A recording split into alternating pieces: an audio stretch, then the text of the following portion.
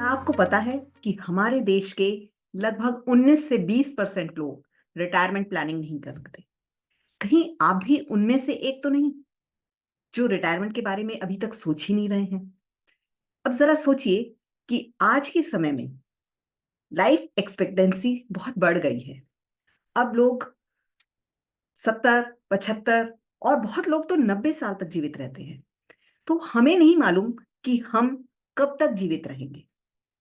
Medical facilities अच्छी हो रही हैं, इलाज हो जाते हैं, तो लोगों की उम्र बढ़ रही है। अब अगर आप अपने रिटायरमेंट के बाद 90 साल तक अगर जीवित रहते हैं, तो क्या आपके पास इतना कॉर्पस है कि आप उस समय तक अपने पैसे को इस्तेमाल कर पाए, आपको किसी के ऊपर डिपेंडेंट नहीं होना पड़े, आप सम्मान की जिंदगी जी सके? अगर ऐसा है तो बहुत अच्छी बात है। पर अगर नहीं आपको समझ में आ रहा कि आप कैसे रिटायरमेंट प्लानिंग करें, तो इसी के लिए मैंने ये वीडियो बनाया है। Banker turn secure retirement strategist, I am Anupama, और मैं आपके लिए लेकर आई हूं ये वीडियो जिसमें मैं 7 स्टेप्स में आपको बताऊंगी कि रिटायरमेंट प्लानिंग आप कैसे स्टार्ट कर सकते हैं, क्योंकि रिटायरमेंट हमारी जिंदगी का बहुत ही अहम मुद्दा है। आज अगर आप रिटायरमेंट प्लानिंग नहीं शुरू करेंगे तो उस समय आप क्या करेंगे? आपके मेडिकल एक्सपेंसेस कौन करेगा? आप खाने पीने के लिए अपने बच्चों पर मोहताज होंगे, वो आपके संग कैसा ट्रीटमेंट करेंगे ये आपको नहीं मालूम।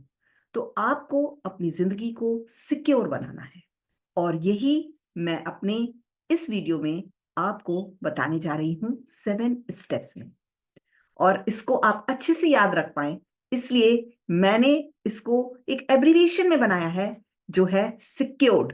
और अगर आपको सिक्योर्ड याद है तो आपको 7 स्टेप्स याद रहेंगे कि आपको क्या करना है और कैसे करना है। तो अब स्टार्ट करते हैं कि स्टेप नंबर 1 क्या होना चाहिए। So step number 1 is S, secured का एस। और इस एस का मतलब है सेट गोल्स। आपको गोल सेट करना है कि आपको अपने रिटायरमेंट के लिए कितना कॉर्पस चाहिए। सबसे पहली बात तो आप ये सोचिए कि आपको करना है ये काम। उसके बाद आपको पहली बात देखनी है कि टाइमलाइन कितना है। आप कितने समय में रिटायर होना चाहते हैं, कितना समय बाकी है आपके रिटायरमेंट में। हो सकता है अभी आपके रिटायरमेंट में 25-30 साल बाकी हो, या हो सकता है जो लोग आप वीडियो देख रहे हैं किसी के रिटायरमेंट में अभी 10 साल हो, या किसी का अगले 5 साल में ही रिटायरमेंट होने वाला हो। तो जो भी कोई इस वीडियो को देख रहा है वो ये समझे कि उसका रिटायरमेंट कब है और कितने साल बाकी हैं रिटायरमेंट के, और आज उसका लाइफस्टाइल क्या है, और आफ्टर रिटायरमेंट वो कैसा लाइफस्टाइल चाहता है। अगर आप एक अच्छा लाइफस्टाइल चाहते हैं रिटायरमेंट के बाद, घूमना फिरना चाहते हैं, इंजॉय करना चाहते हैं, तो आपको ज्यादा कॉर्पस की जरूरत होगी। पर अगर आपकी लाइफ सिंपल है तो हो सकता है आपको कम कॉर्पस की जरूरत हो। लेकिन ये आपके लाइफस्टाइल पे डिपेंड करता है कि आपको कितना कॉर्पस चाहिए। उसके अलावा कि आपकी फाइनेंशियल नीड्स क्या होंगी आफ्टर रिटायरमेंट, जिसमें से फर्स्ट है टाइमलाइन, कि आपको कब रिटायर होना है, व्हेन। तो ये आप अपनी एक नोटबुक पे लिखिए कि आप कब रिटायर होने वाले हैं या आप कब रिटायरमेंट चाहते हैं। नेक्स्ट, उसके बाद है कि आप ट्रेवल करना चाहते हैं, आप अपनी हॉबीज को फॉलो करना चाहते हैं, आप क्या चाहते हैं आफ्टर रिटायरमेंट, ये आपको अभी सोचना पड़ेगा। इसलिए कि अगर आप अभी नहीं सोचेंगे तो आफ्टर रिटायरमेंट वो काम आप नहीं कर पाएंगे। अभी आप जॉब में हैं या बिजनेस में हैं, तो आपका एक नेटवर्क है। आप कोई भी काम नया शुरू कर सकते हैं, लोगों से उसके बारे में बात कर सकते हैं। लेकिन एक बार आप रिटायर हो गए तो उसके बाद आपके पास वो नेटवर्क नहीं होगा, आपके पास वो रेगुलर इनकम नहीं होगी, तो आप उन चीजों को कैसे फॉलो करेंगे? या इसके अलावा आप ट्रेवल करना चाहते हैं, ट्रेवल भी आप कितने दिन करेंगे? कितने दिन आप इधर उधर घूमेंगे, कितने दिन रेस्ट करेंगे, कितने दिन रिलैक्स करेंगे? एक समय ऐसा आएगा जब आपको अपनी लाइफ में लगेगा कि आपकी लाइफ का कोई पर्पस नहीं है, आप बोर होने लगेंगे। और इसी के लिए जरूरत है कि आप अपनी कोई ना कोई हॉबी फॉलो करें और उसको इस तरह से डेवलप करें कि आप अपने रिटायरमेंट के बाद भी उसको कंटिन्यू कर पाए। इसलिए नहीं कि आपको पैसे कमाने हैं, इसलिए कि आपका समय अच्छा बीते और आप दूसरों की हेल्प कर पाए, आप अपने अनुभव का फायदा दूसरों लोगों को दे सके। फाइनेंशियल नीड्स सब क्या होंगी? फाइनेंशियल नीड्स में सबसे बड़ी चीज होती है हाउसिंग। आप अपने रिटायरमेंट के बाद कहाँ रहना चाहते हैं? हो सकता है आप जहां अभी काम कर रहे हैं, रिटायरमेंट के बाद आप वहां न रहना चाहें। अगर ऐसा है तो आप जिस भी जगह रहना चाहते हैं, हो सकता है आप अपने घर लौट जाना चाहें, तो आप उन जगहों पर जाकर पहले देखें, हर साल जाके देखें कि आप सचमुच वहां रह सकते हैं कि नहीं। या आप बड़े सिटी में जाना चाहते हैं, अपने बच्चों के पास जाना चाहते हैं, तो इस चीज को टेस्ट करें कि आप सचमुच अपने बच्चों के संग रह सकते हैं कि नहीं। तो इस तरह से हाउसिंग बड़ी समस्या होती है कि आप रहेंगे कहाँ अपने रिटायरमेंट के बाद, इसको आपको पहले से प्लान करना है। उसके बाद नेक्स्ट नीड होती है हेल्थ केयर की।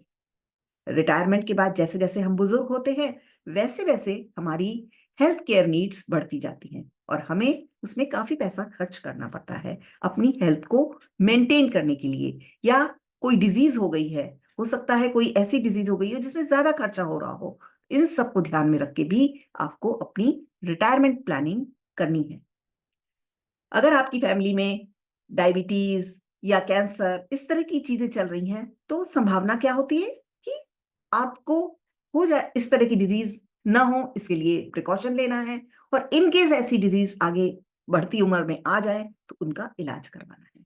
तो इस चीज को आज ही समझना होगा।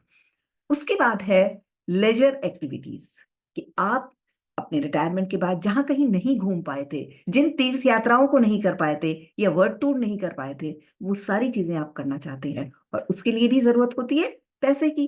तो पैसा अगर आपके पास है तो आप अपनी जिंदगी को एंजॉय भी कर सकते हैं, अपना सही तरीके से इलाज भी करवा सकते हैं और जहां चाहे वहां रह भी सकते हैं। तो आज आप जब इस चीजों के बारे में सोचेंगे, अपने गोल्स को सेट करेंगे, तो आपको अपनी रिटायरमेंट प्लानिंग करने में कोई भी प्रॉब्लम नहीं होगी। ये चीजें आज ही सोचनी है, क्योंकि अगर आपने आज नहीं सोचा तो बाद में आपका रिटायरमेंट हैप्पी रिटायरमेंट नहीं होगा। तब आप अपनी जिंदगी को एंजॉय नहीं कर पाएंगे, तब आपके का वो सम्मान नहीं रह जाएगा। तो इसलिए इस गोल को आज ही सेट करिए। ये था स्टेप नंबर 1। और अब हम आते हैं स्टेप नंबर 2, जो कि सिक्योर का है ई। और ई का है, ई का मतलब यहां पर है एस्टिमेट नीड्स। आपको अपनी नीड्स को एस्टिमेट करना है, उनका उनका कैलकुलेशन करना है, उनका अंदाजा लगाना है कि आपकी आफ्टर रिटायरमेंट क्या नीड्स होंगी। जैसे आपके एक्सपेंसेस कितने होंगे। आज आपके जो एक्सपेंसेस हो रहे हैं, सेम एक्सपेंसेस नहीं होंगे उस समय। कुछ एक्सपेंसेस इसमें से कम हो गए होंगे और कुछ एक्सपेंसेस बढ़ गए होंगे। जैसे कम कौन से हो जाते हैं? जैसे अभी आप ऑफिस जाते हैं, ट्रांसपोर्टेशन का खर्चा है, या बाहर खाने पीने का ज्यादा खर्चा है, उस समय आपका मेडिकल केयर में ज्यादा खर्चा होगा, वो ट्रांसपोर्टेशन वगैरह के खर्चे कम हो जाएंगे। तो इस तरह एक्सपेंसेस आपके चेंज हो सकते हैं। इसमें से पोटेंशियल चेंजेस क्या होंगे आपके एक्सपेंसेस में, ये आपको नोट डाउन करना है। फिर इनकम रिसोर्सेस, आज आपके पास सैलरी आती है, या हो सकता है इन्वेस्टमेंट की से आपकी पैसिव इनकम भी आती हो, कहीं से रेंट रेंट इनकम भी आती हो, लेकिन आफ्टर रिटायरमेंट आपके इनकम रिसोर्सेज में क्या क्या चेंजेस होंगे, ये आपको आज ही नोट डाउन करना है और इसकी तैयारी आज ही करनी है। इसमें क्या क्या चीजें आएंगी आपके इनकम सोर्सेज में? पहली होती है सोशल सिक्योरिटी। कई बार आपको कुछ सरकार की तरफ से कुछ चीजें मिलती हैं, उन्हीं को सोशल सिक्योरिटी कहते हैं, जो आपको गवर्नमेंट प्रोवाइड करती है। तो आपको देखना है कि आपके घर में कौन सी ऐसी चीज है जिसमें आपको गवर्नमेंट की तरफ से कोई धनराशि मिलती है। फिर पेंशन, आपको पेंशन कितनी मिलेगी, मिलेगी कि नहीं मिलेगी, ये चीजें आज ही आपको सोचनी है। उसके साथ साथ आपकी सेविंग्स कितनी है, आपने अभी तक सेव कितना किया है, और रिटायरमेंट के लिए चाहिए कितना, तो अभी कितना और सेव करना है। और जो भी आप सेव करें उसको कहाँ इन्वेस्ट करना है। इन्वेस्ट ऐसी जगह करना है जहां आपका पैसा सेफ रह सके, क्योंकि रिटायरमेंट के बाद आपको जो पैसा चाहिए, अगर आपने ऐसी जगह लगा दिया कि जहां प्रिंसिपल का ही लॉस हो गया तो आपका कॉर्पस कहाँ बन पाएगा और आप उसको कैसे यूटिलाइज कर पाएंगे। तो इसलिए अपने सारे इनकम के रिसोर्सेस को समझिए, सोशल सिक्योरिटी, पेंशन, आपकी खुद की सेविंग और आपने उसे कहाँ इन्वेस्ट किया हुआ है, उससे कितने रिटर्न मिल रहे हैं, उनकी लिक्विडिटी कितनी है, उनमें रिस्क कितना है, ये सारी चीजें आपको आज ही कैलकुलेट करनी है और समझनी है। इसके साथ साथ आपको समझना है इन्फ्लेशन को। इन्फ्लेशन लगभग 5 से 6% होता है। तो आज आपकी जितनी घर के खर्चे जितने पैसे में चल जाते हैं, आफ्टर रिटायरमेंट वो नहीं चलेंगे। हर साल 6%, 7%, 5% ऐसे इन्फ्लेशन होता है, महंगाई बढ़ती है। इसको ही ध्यान में रख के आपके कॉर्पस को आपको कैलकुलेट करना है। इसके बाद थर्ड स्टेप आता है सी। सी मतलब है चेक फाइनेंसेस। अब आप अपने फाइनेंसेस को चेक करेंगे। कैसे चेक करेंगे कि आपकी सेविंग अभी तक कितनी है। आपने सेव करना अगर स्टार्ट करा है तो आप वो पैसे किस चीजों के लिए जोड़ रहे हैं? बच्चों की पढ़ाई के लिए, बच्चों की शादी के लिए, घर के लिए, कार के लिए, वर्ल्ड टूर के लिए। लेकिन क्या आपने रिटायरमेंट के लिए जोड़ना शुरू किया है? और अगर नहीं किया है तो आपको आज से ही स्टार्ट करना है अपने रिटायरमेंट प्लानिंग को, क्योंकि जितनी जल्दी आप स्टार्ट करेंगे उतना ज्यादा कॉर्पस आप इकट्ठा कर पाएंगे, क्योंकि उस पैसे पे जो इंटरेस्ट मिलेगा उसकी कंपाउंडिंग से वो ज्यादा बढ़ता जाएगा।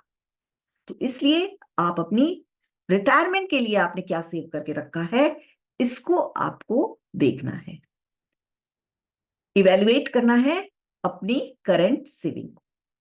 उसके बाद है इन्वेस्टमेंट्स।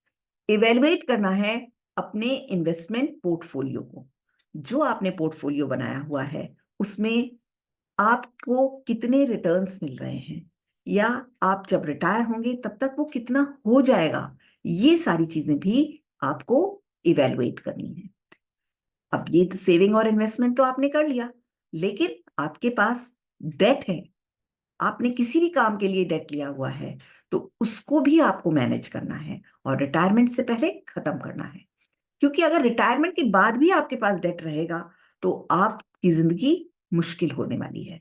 तो इस डेट को आपको मैनेज करना है और खत्म करना है। और खत्म कैसे करेंगे?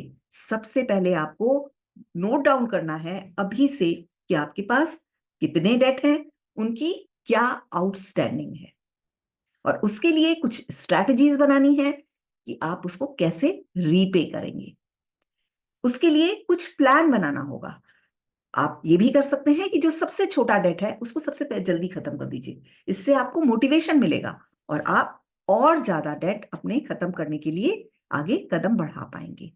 या आप सबसे पहले जिसका रेट ऑफ इंटरेस्ट सबसे ज्यादा है उस डेट को पहले खत्म कर दीजिए।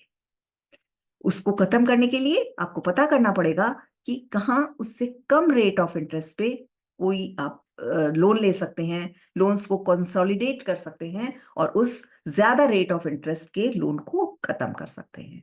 तो इस तरह से जब आप अपने फाइनेंस को पूरी तरह से इवेलुएट करेंगे, अपनी सेविंग को, इन्वेस्टमेंट को और डेट मैनेजमेंट को, ये आपके रिटायरमेंट प्लानिंग का थर्ड स्टेप होगा। इसके बाद अब हम आगे बढ़ते हैं फोर्थ स्टेप की तरफ, और फोर्थ स्टेप उसको आप यू अल्फाबेट से याद रख सकते हैं, और वो है यूटिलाइज इन्वेस्टमेंट प्लान्स। आपके जो इन्वेस्टमेंट प्लान है उनको आपको कैसे यूटिलाइज करना है। सबसे पहले तो है कॉन्ट्रीब्यूशंस और इन्वेस्टमेंट स्ट्रैटेजी। कॉन्ट्रीब्यूशंस में क्या आता है? Determine how much you need to save regularly. अब आपको कैलकुलेट करना है ये कि आपको जितना कॉर्पस चाहिए उस समय, उसको आप कैसे बनाएंगे और हर महीने उसके लिए कितना इन्वेस्ट करेंगे। और इन्वेस्टमेंट स्ट्रेटजी क्या होगी कि आप एप्रोप्रिएट इन्वेस्टमेंट्स ऑप्शंस को चूज करिए जहां पर आपका पैसा सेफ हो और वो इन्फ्लेशन से ज्यादा ग्रो कर पाए। आपको अपने इन्वेस्टमेंट्स को डाइवर्सिफाई करना है ताकि आपका रिस्क बैलेंस हो सके। तो इस तरह से fourth step utilize investment plan, इसको बहुत ध्यान से बनाना है, ध्यान से समझना है और अपने इन्वेस्टमेंट्स को डाइवर्सिफाई करते हुए इन्वेस्टमेंट स्ट्रैटेजीज बनानी है, अपने कंट्रीब्यूशन को डिसाइड करते हुए। Now fifth step is R. इसको आप अल्फाबेट आर से याद रखेंगे, जो है रिव्यू प्रोटेक्शन। अब यहां रिव्यू प्रोटेक्शन का क्या अर्थ है कि आपका इंश्योरेंस कितना है, क्या आपने टर्म इंश्योरेंस लिया हुआ है, क्योंकि अपने को और अपनी फैमिली को सिक्योर करने का सबसे अच्छा तरीका है कि आप अपने लिए एक टर्म इंश्योरेंस लें। ऐसे में ये अगर आप ना हो तो भी आपकी फैमिली को कोई प्रॉब्लम ना हो। टर्म इंश्योरेंस बहुत कम प्रीमियम पे मिलता है और उसे लेने के बाद आप अपनी फैमिली को सिक्योर बना सकते हैं कि अगर आप नहीं भी होंगे तो भी आपके घर के खर्चे रुकेंगे नहीं, बच्चों की पढ़ाई रुकेगी नहीं और किसी तरह की कोई प्रॉब्लम नहीं आएगी। तो इस तरह से रिव्यू करना है आपको कि आपने कितना इंश्योरेंस लिया हुआ है, एक्चुअली आपकी फैमिली के लिए कितना चाहिए इंश्योरेंस, और अगर कम है तो उसको और करना पड़ेगा, स्टेप अप करना पड़ेगा और दूसरा कोई प्लान लेना पड़ेगा ताकि आप अपनी फैमिली को सिक्योर बना सकें। और दूसरी चीज कि आपको हेल्थ इंश्योरेंस लेना है और लॉन्ग टर्म केयर इंश्योरेंस, क्योंकि बुढ़ापे में आपको केयर की ज्यादा जरूरत होती है और आज की न्यूक्लियर फैमिलीज में बच्चे ज्यादातर बाहर चले जाते हैं और कोई भी घर में केयर करने के लिए नहीं होता है। ऐसे में दूसरों का सहारा लेना पड़ता है और उस पर पैसा खर्च करना पड़ता है। तो आपको अपने लिए हेल्थ इंश्योरेंस भी जरूर से लेना है अगर नहीं लिया है, और अगर लिया है तो उसको रिव्यू करना है कि वो प्रॉपर है कि नहीं, सफिशिएंट है कि नहीं, आपको क्या बेनिफिट्स उसमें मिलने वाले हैं। इन चीजों को भी आप रिव्यू करिए और अपने आप को प्रोटेक्ट करिए लाइफ इंश्योरेंस से and health insurance. Life insurance याद रखिएगा कि आपको टर्म इंश्योरेंस लेना है।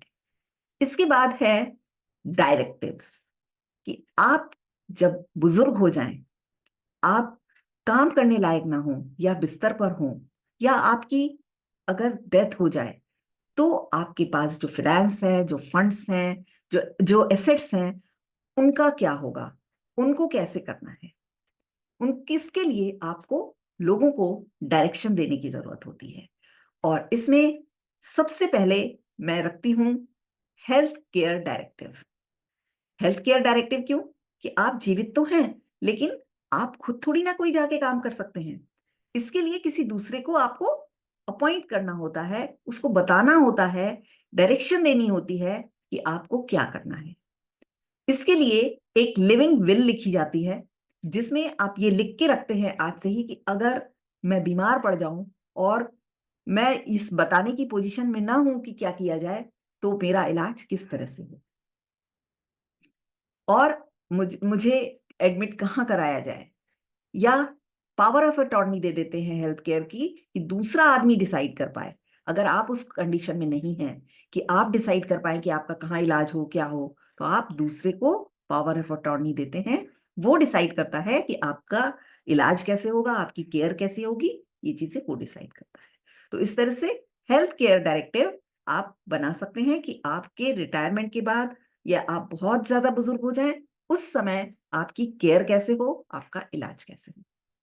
इसके अलावा फाइनेंशियल डायरेक्टिव्स देने होते हैं। फाइनेंशियल डायरेक्टिव्स में आप पावर ऑफ अटॉर्नी दे सकते हैं अपने फाइनेंस की कि अगर आप कुछ काम करने के लायक नहीं है तो वो दूसरा व्यक्ति आपके बिहाफ पर कुछ डिसाइड कर सके क्या करना है, कैसे करना है। कोई अगर आपको अपना प्लॉट बेचना है, कोई फ्लैट बेचना है, इन सब के लिए आपको जाने की जरूरत नहीं पड़ती है क्योंकि आप बुजुर्ग हैं, आप जाने की कंडीशन में नहीं है। तो आप अगर किसी को पावर ऑफ अटॉर्नी दे देते हैं तो वो आपके बिहाफ पे वो सारे काम कर सकता है। और इस चीजों को भी आपको ये सोचते हुए कि कोई भी कंडीशन हो सकती है कभी भी, इस स्टेप को जरूर से लेना चाहिए। देन है estate planning directive. Estate planning में आती है विल, ट्रस्ट एंड नॉमिनेशन। आज आप जो भी इन्वेस्टमेंट करते हैं, जो भी कुछ एफडी करते हैं, स्टॉक्स में लगाते हैं, म्यूचुअल फंड में लगाते हैं, इंश्योरेंस लेते हैं, सब में इस बात का ध्यान रखिए कि आपको नॉमिनेशन जरूर करना है। विदाउट नॉमिनेशन आप अपने घर के लिए, अपने परिवार के लोगों के लिए झगड़े उत्पन्न करेंगे। तो अगर आप नॉमिनेट कर देंगे तो आपको ज्यादा वेल बेनिफिट होगा, आपकी फैमिली को कोई किसी भी तरह की कोई प्रॉब्लम नहीं होगी। इसके अलावा आप एक विल जरूर लिखिए कि आप जब ना हो तो आपके एसेट्स का, आपके अकाउंट का, आपके इंश्योरेंस का, किसका पैसा किसको मिले, आप किसको देना चाहते हैं, किसको के लिए ज्यादा करना चाहते हैं, किसके लिए कम करना, ताकि बाद में परिवार में किसी तरह के झगड़े ना हो। इसके अलावा आप ट्रस्ट भी बना सकते हैं जिसमें किसी को बेनिफिशियरी बना सकते हैं, और इस तरह करने से भी परिवार में झगड़े नहीं होते हैं। अगर आपके पास काफी ज्यादा एसेट है तो आप ट्रस्ट भी बनाकर बेनिफिशियरी को दे सकते हैं। सारा कुछ आपके जाने के बाद ये डिसाइड होगा। इसके अलावा एंड ऑफ लाइफ डायरेक्टिव्स भी होते हैं जिसमें आप पहले से बता के जाते हैं कि आपका फ्यूनरल कैसे हो, आपका बरियल होगा या फ्यूनरल होगा, या आप लेटर ऑफ इंटेंट भी देते हैं कि आपका इंटेंशन क्या है, आपकी लाइफ कैसे एंड हो। आप चाहते हैं कि अंतिम समय में आपको हॉस्पिटल ले जाया जाए, या आप आराम से घर में अपना चाहते हैं कि आप आराम से देह त्यागें। ये सारी चीजें भी आप लिख कर जा सकते हैं। इसके अलावा बेनिफिशियरी डेजिग्नेशंस कि किसको क्या देना है, ये सारे डायरेक्टिव भी आप दे सकते हैं। तो ये हुआ आपके पार्ट पर कि आप कैसे डायरेक्शन देंगे कि आपके जब आप बीमार हों उस समय लोग क्या करें, आपका इलाज कैसे हो, या आप जब ना हो तो आपके एसेट्स का, आपके पैसे का किस तरह से आराम से पीसफुली बंटवारा हो सके और घर में किसी भी तरह के लड़ाई झगड़े ना हो। इंपॉर्टेंस ऑफ डायरेक्टिव क्या है, क्यों करना चाहिए, इतनी देर से मैं आपको बता रही हूं डायरेक्टिव्स देना है, पर क्यों देना है। पहली चीज है कि घर में सभी को क्लैरिटी होती है कि क्या करना है। इसके अलावा प्रोटेक्शन मिलता है, चाहे आप कोर्ट से प्रोटेक्शन ले सकते हैं कि ये यही लिख के गए हैं, ऐसा ही करना है ना। उसके अलावा पीस ऑफ माइंड होता है आपको भी और फैमिली को भी। आपको पीस ऑफ माइंड है कि आपने सब कुछ जैसा जिसके लिए चाहते थे आपने कर दिया, और आपकी फैमिली को है कि जैसा हमारे पिताजी या हमारे भाई या जो भी हमारे बुजुर्ग थे, दादाजी, वो जो कह के गए थे वो हमने किया। तो इस तरह से दोनों को ही पीस ऑफ माइंड होता है। इसके अलावा आप किसी भी तरह के फैमिली डिस्प्यूट्स को अवॉइड कर पाते हैं और परिवार में प्रेम व्यवहार बना रहता है। तो इस तरह से ये हुआ आपका फिफ्थ स्टेप। सिक्स्थ स्टेप क्या होगा? Sixth step is evaluate progress. सारी चीजें तो आपने डिसाइड कर ली हैं, इसके साथ साथ लेकिन करना क्या है? आज हो सकता है आपकी उम्र अभी 35 साल हो, 40 साल हो, तो आज जो आप डिसाइड कर देंगे ऐसा जरूरी नहीं है कि वो अगले 25 साल तक वही चीज वैलिड रहे। तो आपको अपने जो भी आपने डिसाइड किया है, चाहे सेविंग्स, इन्वेस्टमेंट्स या डायरेक्टिव्स, उनको इवेलुएट करते रहना होता है, उनको रिव्यू करते रहना होता है, और उनको टाइम टू टाइम चेंज करते रहना होता है। ऐसा इसलिए है क्योंकि लाइफ में बहुत तरह के चेंजेस आते हैं, और जब लाइफ में चेंजेस आते हैं तो हमारी लाइफ के प्लान भी बदल जाते हैं। तो इस तरह से आपको अपने रिटायरमेंट प्लानिंग को इवेलुएट करना है, उसकी प्रोग्रेस को देखना है कि आज आपने अगर रिटायरमेंट फंड बनाना शुरू किया है तो अगले 2 साल में, 3 साल में, 5 साल में वो कितना हो रहा है और अभी कितना और करना बाकी है। आपकी सैलरी बढ़ती है तो आप अपने रिटायरमेंट कॉर्पस में और ज्यादा अमाउंट जोड़ना शुरू कर सकते हैं, या घर में एक बच्चे की नौकरी लग जाती है, अब वो आपके ऊपर डिपेंडेंट नहीं है, तो उसमें से जो पैसे बच रहे हैं अब आप उसको रिटायरमेंट कॉर्पस के लिए जोड़ना शुरू कर दीजिए। तो इस तरह से आपका कॉर्पस एक समय के बाद जल्दी ग्रो करने लगता है। जब हम अपनी नौकरी स्टार्ट करते हैं, बच्चे होते हैं, उनकी पढ़ाई लिखाई होती है, कॉलेज जा रहे होते हैं, तो बहुत खर्चे होते हैं। लेकिन धीरे धीरे जब बच्चे कॉलेज से निकलकर खुद अर्न करने लगते हैं, उस समय खर्चे कम हो जाते हैं और उस समय आप अपना कॉर्पस फास्ट ग्रो कर सकते हैं। इसके अलावा आपको ध्यान रखना होता है मार्केट फ्लक्चुएशंस का, क्योंकि जो पैसा आपने म्यूचुअल फंड में लगाया है या जो पैसा आपने स्टॉक्स में लगाया है, तो मार्केट हमेशा अप डाउन होती रहती है और आपको अपने इन्वेस्टमेंट की स्ट्रैटेजी ऐसे बनानी चाहिए कि आपको इस फ्लक्चुएशन से कम नुकसान हो। आप अपने स्टॉक्स को हमेशा देखते रहिए, समझते रहिए, कब उस आपको बाय करना है, कब आपको सेल करना है। इन चीजों को समझते हुए अपने रिटायरमेंट कॉर्पस को ग्रो करिए। And the seventh step is D, secured का डी, और इस डी का मतलब है डिस्कस विद एक्सपर्ट। जो भी इतनी चीजें आपको करनी है अपने रिटायरमेंट कॉर्पस को बनाने के लिए, इंश्योरेंस के लिए, सेविंग के लिए, इन्वेस्टमेंट के लिए, या जो ये डायरेक्टिव्स देना है, विल बनानी है, ट्रस्ट बनाना है, ये सारी चीजें आप अकेले खुद नहीं कर सकते हैं। इसलिए आपको किसी एक्सपर्ट की गाइडेंस की जरूरत होती है, उसके संग आपको डिस्कस करना होता है। तो जो भी आप डिसीजन लें, उसके लिए आप एक्सपर्ट्स की सलाह जरूर लें, ताकि आप कोई गलत कदम ना उठाएं, बाद में उसके कोई गलत कॉन्सिक्वेंसेस ना हो। इसलिए आपको एक्सपर्ट लोगों से डिस्कस करना चाहिए उन चीजों को।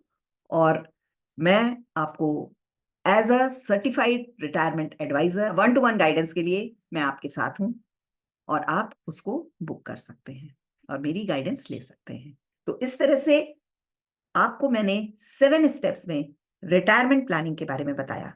इन 7 स्टेप्स को फॉलो करके आप अपनी रिटायरमेंट प्लानिंग जल्दी से जल्दी स्टार्ट कर दीजिए और अपने लिए एक अच्छा कॉर्पस बनाइए, ताकि आपको अपने रिटायरमेंट के समय किसी भी तरह की कोई प्रॉब्लम ना हो। ऐसा कभी मत सोचिएगा कि जो रिटायरमेंट के समय जितनी भी सेविंग हुई है वो आपको मिलेगी, तो आप उसको इंजॉय करने में, ट्रेवल करने में खर्च कर दें, क्योंकि आपको नहीं मालूम कि आप कितने लंबे समय तक जीवित रहने वाले हैं और उस समय में आपको कितने कॉर्पस की जरूरत पड़ेगी। इतना कॉर्पस आपको जरूर बनाना है कि आप जो एक 4% रूल है कि आप 4% पैसा उसमें से निकालते जाएंगे, तभी भी आपका पैसा आपके अंतिम समय तक खत्म नहीं होगा। ऐसा इसलिए कि 4% आप निकालेंगे, अपने ऊपर खर्च करेंगे, लेकिन 6% इन्फ्लेशन भी है। तो आप ऐसी जगह इन्वेस्ट करिए जहां पर 9-10% कम से कम आपको अर्निंग भी होती जाए, आपका कॉर्पस भी बना रहे और आप आराम से अपनी जिंदगी को बसर कर सके। तो मिलते हैं अगले वीडियो में।